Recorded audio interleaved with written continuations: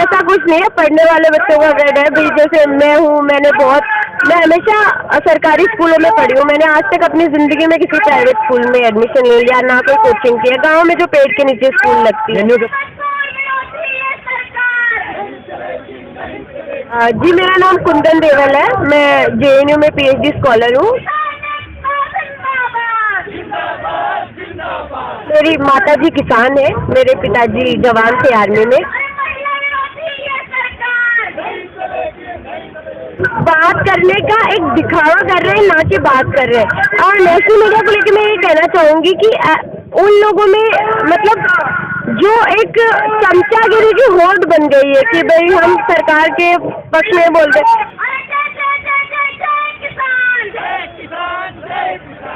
तो वो जब कानून होल्ड पे रखेंगे और फिर बात करेंगे तभी तो बात होगी। ऐसे कैसे बात होगी? केवल चिट्ठीबाजी कर रहे हैं, ना कि एक बातचीत कर पा रहे हैं किसानों से। जेएनयू आतंकवादी उग्रवादी पैदा कर सरकार को ये क्यों लगता है ये तीनों जो कानून है वो बिल्कुल किसानों के हित में?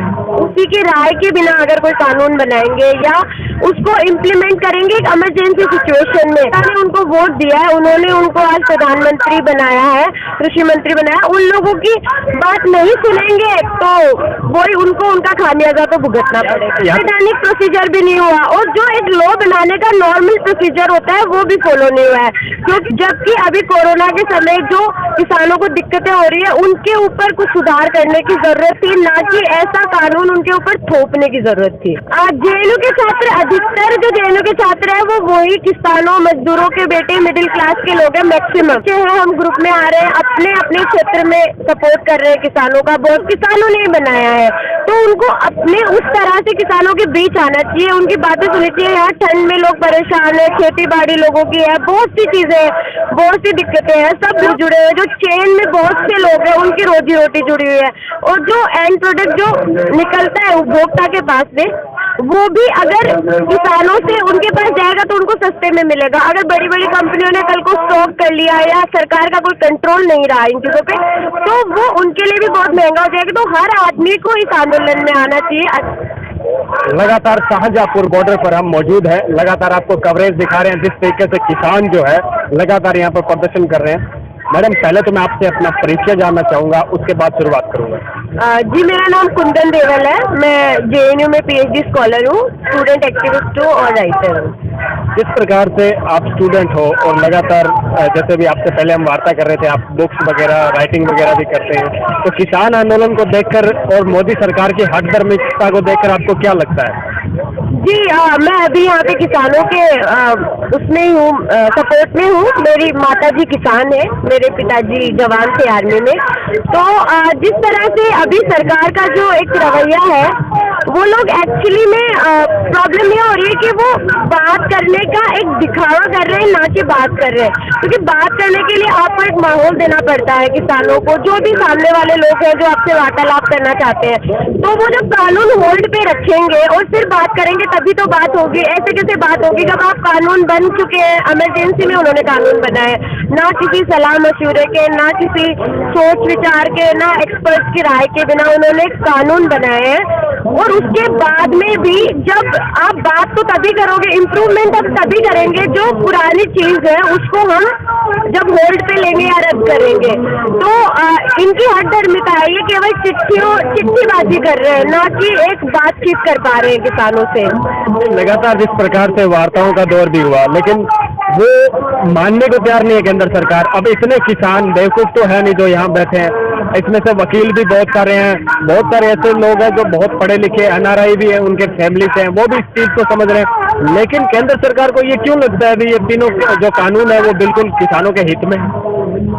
एक्चुअली वो इस बात का भ्रम फैलाने की कोशिश ज्यादा हो रही है, ना कि हक में। क्योंकि जिसके लिए कानून बन रहा है, आप उसी की राय के बिना अगर कोई कानून बनाएंगे या उसको इम्प्लीमेंट करेंगे एक इमरजेंसी सिचुएशन में। हाँ, कृषि क्षेत्र में सुधारों की जरूरत है, उसके लिए आपको जो स्वामीनाथन की रिपोर्ट थी वो लागू करनी चाहिए थी, वो तो आपने लागू की नहीं।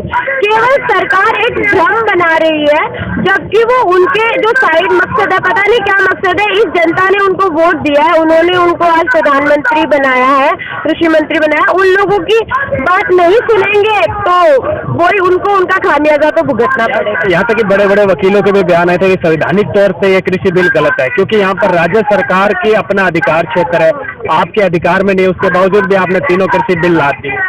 हाँ जी, उसमें दो बातें हैं एक्चुअली। कृषि क्षेत्र में जो कृषि क्षेत्र का जो है वो वैसे भी स्टेट लिस्ट में आता है और कुछ चीजें उसमें कंक्रीट लिस्ट में आती है, लेकिन प्रॉब्लम ये है कि जब जो किसानों से जुड़ा हुआ मुद्दा है, संवैधानिक प्रोसीजर भी नहीं हुआ और जो एक लॉ बनाने का नॉर्मल प्रोसीजर होता है वो भी फॉलो नहीं हुआ है, क्योंकि ना किसी से कोई सोच विचार हुआ है, ना डिस्कशन हुआ है। इमरजेंसी सिचुएशन में लाया गया, ऑर्डिनेंस के थ्रू लाया गया बिल है, जबकि अभी कोरोना के समय जो किसानों को दिक्कतें हो रही है उनके ऊपर कुछ सुधार करने की जरूरत थी, ना कि ऐसा कानून उनके ऊपर थोपने की जरूरत थी। जेएनयू से आप हो, जेएनयू के कितने छात्र लगभग आपके साथ थे या फिर आपके साथ आते रहे हैं, कितना सपोर्ट कर रहा है जेएनयू के छात्र? जेएनयू के छात्र अधिकतर जो जेएनयू के छात्र हैं वो वही किसानों, मजदूरों के बेटे, मिडिल क्लास के लोग हैं मैक्सिमम, और ज्यादातर जो भी है किसान जवान के बेटे हैं। हमारे देश में ज्यादातर लोग सब किसानी से जुड़े हुए हैं, तो सब लोग सपोर्ट कर रहे हैं, सब लोग अपने अपने क्षेत्र में सपोर्ट कर रहे हैं। जैसे कि अभी कोरोना के समय कैंपस बंद था, तो सब लोग जो भी बच्चे हैं हम ग्रुप में आ रहे हैं, अपने अपने क्षेत्र में सपोर्ट कर रहे हैं किसानों का। बहुत से लोग हैं जो खुद किसान परिवार से हैं, तो वो साथ में ही आ रहे हैं और पूरा सामाजिक एक जागरूकता फैलाने की कोशिश कर रहे हैं। आज जैसे वार्ता का दौर है, क्या उम्मीदें लग रही है आपको कि वार्ता में सफल हो पाएंगे किसान, या फिर वही? अगर सरकार का रवैया बदलेगा तो शायद सफलता मिलेगी। अगर ये चिट्ठीबाजी का जो इन्होंने दौर चला रखा है, इससे तो कोई फायदा होने वाला है नहीं। अगर सरकार मानती है कि हम कृषि कानूनों को होल्ड पे रखेंगे या रद्द करेंगे, जब तक कि बातचीत पूरी नहीं हो जाती।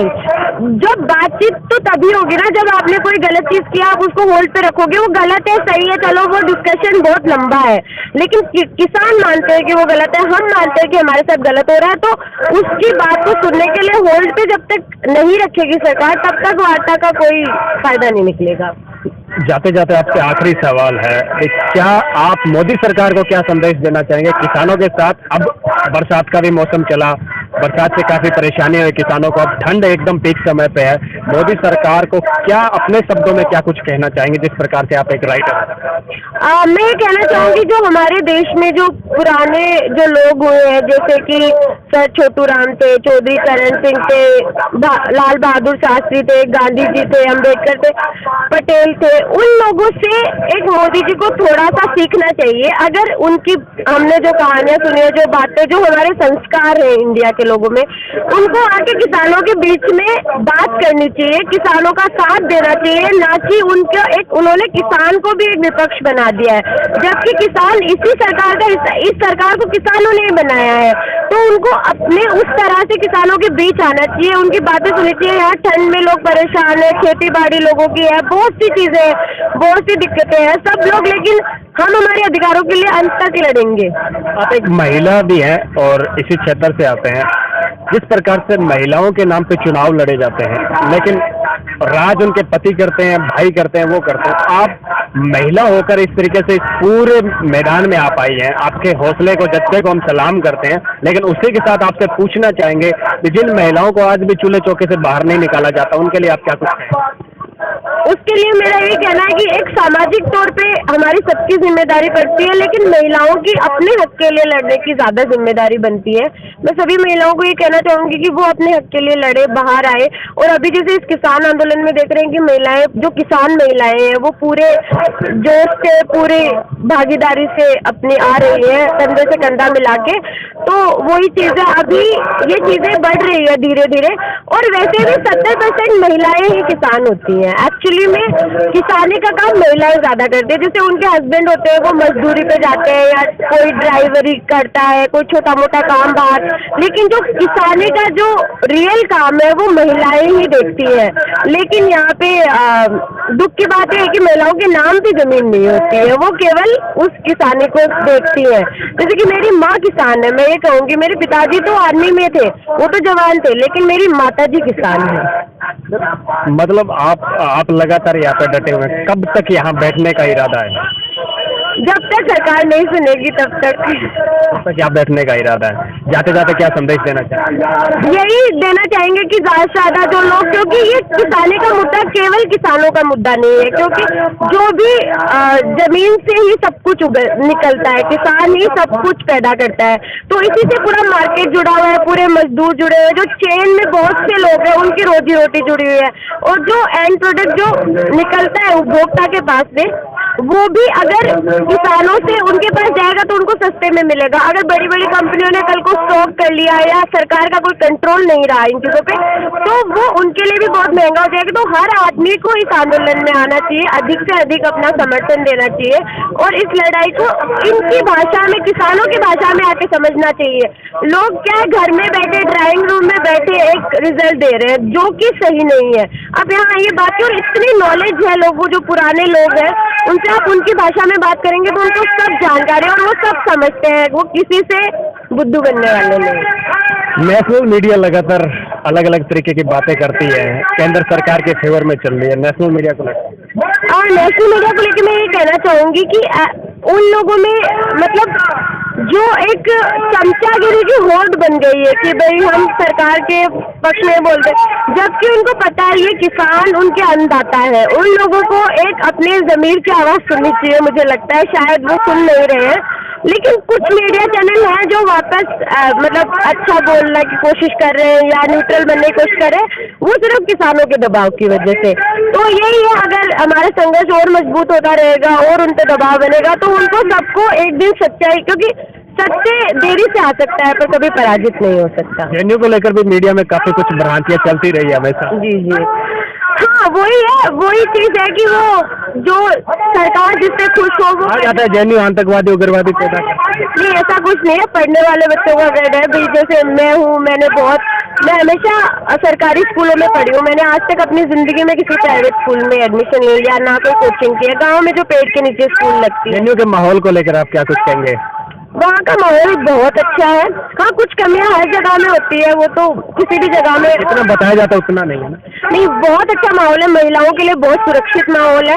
वहाँ वायलेंस नहीं होता है, बहुत रेयर केसेस में वहाँ वायलेंस होता है। जैसे अभी हुआ था, वो बाहर के लोगों का स्पॉन्सर्ड वायलेंस था वैसे। तो वहाँ पे बहुत अच्छे एक चुनाव का जो डेमोक्रेटिक सिस्टम है उसको देखने के लिए, वहाँ स्टडी करने के लिए लोग आते हैं, क्योंकि बिना किसी पुलिस फोर्स के बच्चे खुद ब खुद चुनाव लड़ते हैं, खुद की ईसी होती है, इलेक्शन कमीशन होता है। तो बहुत अच्छा माहौल है, और सबसे बड़ी बात पढ़ाई का बहुत अच्छा माहौल है। हाँ, सुविधाओं की कमी है, फंड की कमी है, जो कि हर गरीब का अधिकार है उसका। वहाँ पे फीस कम है, तो वही गरीबों का अधिकार है कि वो भी बराबर के दर्जे में आके पढ़ सके, तो उनको और फंड मिलने चाहिए और अधिकार मिलने चाहिए, पर माहौल बहुत अच्छा है। ये थे हमारे साथ जेएनयू से छात्र हैं और लगातार यहाँ पे किसान आंदोलन में डटे हुए हैं, और ये इनका कहना है कि जब तक केंद्र सरकार इन मांगों को मान नहीं लेती तब तक हम भी यहाँ बैठेंगे।